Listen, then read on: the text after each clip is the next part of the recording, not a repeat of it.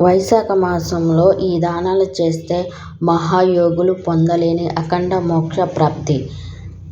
వైశాఖ పురాణంలో 3వ అధ్యాయం మీకోసం. పరమ పవిత్రమైన వైశాఖ మాసంలో 30 రోజులు పారాయణలో భాగంగా 3వ అధ్యాయంలో వైశాఖ మాస మహిమను గురించి నారదుల మహర్షి అంబరీష సంవాదం ద్వారా ఈ కథనంలో తెలుసుకుందాం. వైశాఖ పురాణం 3వ అధ్యాయం. నారద మహర్షి మాటలకు అంబరీష మహారాజా నారదునికి నమస్కరించి, మహర్షి, వైశాఖ మాసం నందు చేయదగిన దానాలు ఇంకేమైనా ఉన్నాయా?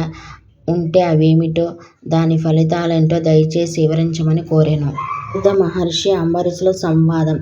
నారదుడు మహర్షి అంబరీషుడితో, ఓ అంబరీష, వైశాఖ మాసంలో చేయవలసిన దానాలు ఇంకా ఉన్నవి.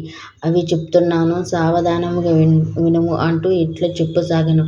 ఓ రాజర్ష, వైశాఖ మాసంలో సద్బ్రాహ్మణునికి చల్లని గాలి తగులుచు సుఖనిద్ర కలిగించే శయనం అంటే మంచం దానం చేసేవారు సంపూర్ణ ఆరోగ్యవంతులై ఇహలోకంలో సమస్త సుఖాలను చిరకాలం అనుభవిస్తారు.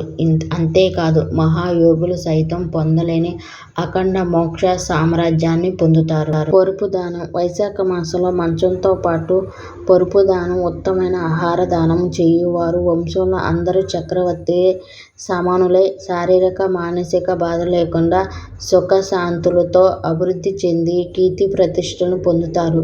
100 తరాల వరకు వాని కులమందు ధర్మహీతుడు జన్మించబడును. తుదకు మోక్షాన్ని పొందుతారు. దిండు దానం.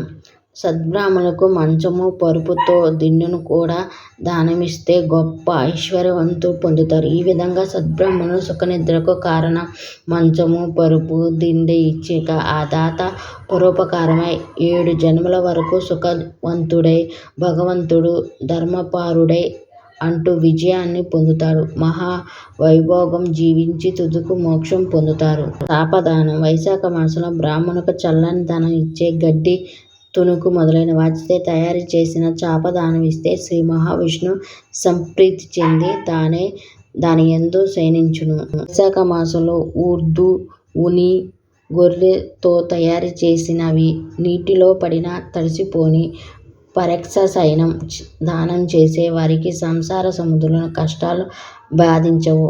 పారక్షయనం దానం చేయడానికి శక్తి లేని వారు శాపదానం చేయవచ్చు. కంబళి దానం. వైశాఖ మాసన కంబళ దానం చేసేవారికి అపమృత్యు దోషాలు, అకాల మృత్యు దోషాలు, భయాలు తొలగిపోయి ఆయు ఆరోగ్య ఐశ్వర్యాలతో చిరకాల సుఖంగా ఉంటారు. నారదుడు అంబరీషుతో, ఓ రాజర్ష, వైశాఖ మాసంలో మరికొన్ని దానాలు కూడా శ్రేష్టమైన, అవేంటో చెప్తున్నాము వినుము అంటూ ఇలా చెప్తాను. సూర్యుడు మేషరాశిలో ఉండగా వైశాఖ మాసంలో కర్పూరం, తాంబూలం దానం ఇచ్చేవాడు చక్రవర్తి అయి మోక్షం పొందుతారు. వైశాఖ మాసంలో మొగలి మల్లెలు దానమిచ్చితో మధుసూదన అనుగ్రహం సుఖ భోగాలు అనుభవించి ముక్తి పొందుతారు. కొబ్బరికాయ, మామిడి పండు దానమిచ్చితో 7 జన్మల వరకు బ్రాహ్మణులు జన్మించి వేద పండితుడై ధనవంతుడుగా 7 తరాల వారితో కలిసి మోక్షం పొందుతారు. వైశాఖ మాసంలో వేసవి ప్రయాణం చేసి అలసిన వారికి మజ్జిగ దానం చేసిన వారు విద్యావంతులు, ధనవంతులు అవుతారు.